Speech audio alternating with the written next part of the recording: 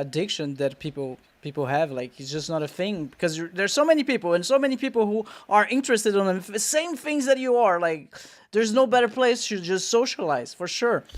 I wanted to share something real quick that I just found online. Give me a Yeah, of second. course.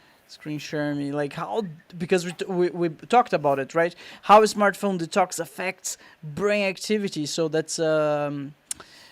Uh, so that's from Times of India, India Times, because we were talking about it was not it was an accident. I did not do that on purpose because we were talking about India. So a research study on computers and human behavior investigated how cutting down smartphone use affects brain chemistry. In the experiment, young adults were requested to perform a 72-hour smartphone detox. For this period, users could only access their phones for necessary purposes like work, routine activities, or talking to close family or partners. During the 3-day detoxification period, scientists employ functional magnetic resonance images, so fMRI, to scan the brain activity of participants. The outcome showed that the deprivation from smartphones resulted in detectable changes in brain regions associated with reward and craving, which exhibited similar patterns to those reported in substance and or alcohol addiction. Ah, that's crazy. The phone has been our greatest strength and greatest weakness. Yeah. And I'm not perfect, but if it wasn't for my job, I would not use my phone as much as I do. It's because I'm constantly having to answer emails. It's because I'm having to do that. But one benefit that I've had is that I've actually become numb to the effects of social media. Obviously, I come from a games industry, social media background, community manager. Everyone has ADHD, man. On the gaming industry, it's just a thing. Yeah, You have but ADHD. because of the fact, well, actually, I'm autistic. I'm not ADHD, Oh, actually. So I'll get you on that one. But one thing that I've sort of become immune to the effects because I worked with it for a living because I had to work with social media. So I kind of conditioned my brain to already see what the impact is. And now social media just does not work on me. For example, this is going to blow your mind. This is going to blow your mind. Sand in particular was like, why do you subject yourself to this? I do not pay for YouTube Premium. Like I will happily just have ads and skip them. And people are like, do the ads not bother you? I'm like, no, I'm immune to it. I'm immune to capitalism. Like I'm immune to ads. Ads just do not have any impact on me unless it's for something I'm actually invested in, because I know how social media works and I know how it's designed to make your brain activity change.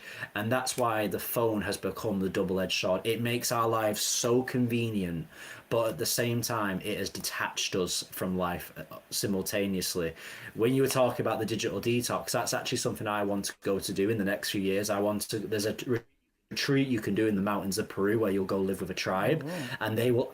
and they will take your phone off you for a week. They only allow you to make one phone call a day, so they'll take your phone off you and they'll say you can call one member of your family a day just to let them know that you're okay and how things are going for you. But the whole purpose is to make you become one with nature again. And listen, I'm not saying that you need to give up your technology. I get it. We live in the Western world. A lot of our lives have sadly been built to serve this machine now, which is technology. It is very difficult to live life without technology. Can you imagine trying to live a life without a phone today?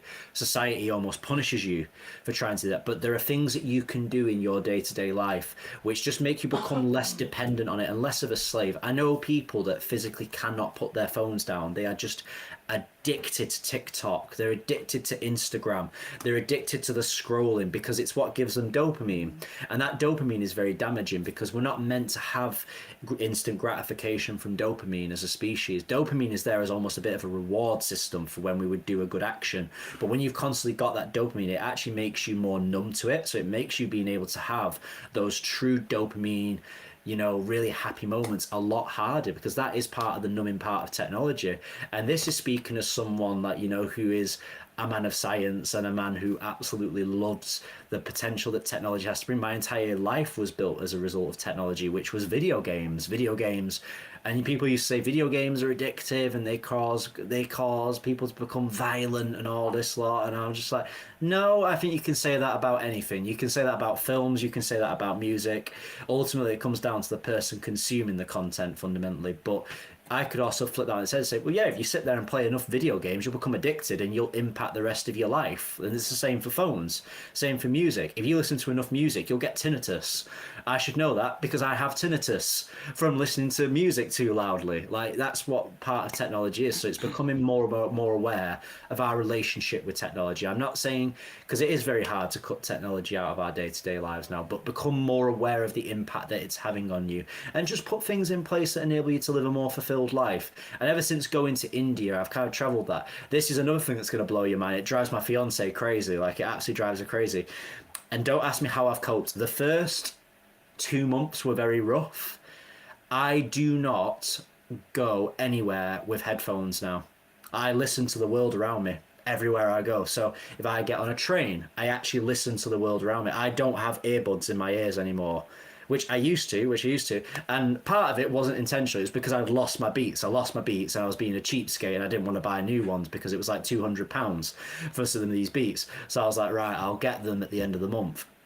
And I started listening and I started just being a cheapskate basically more and more. I didn't want to buy them.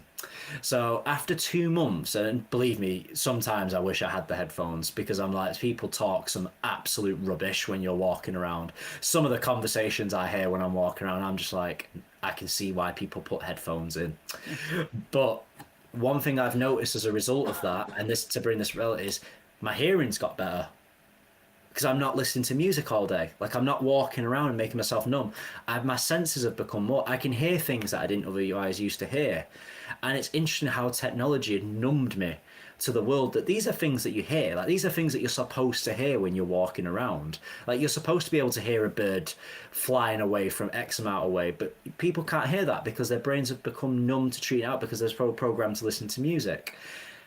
And yeah, we've gone down the rabbit hole a little bit and diverted about what I was trying to bring, but I'm very passionate about this That's stuff, perfect. which is Welcome to BRUCAST. It's yeah. beautiful.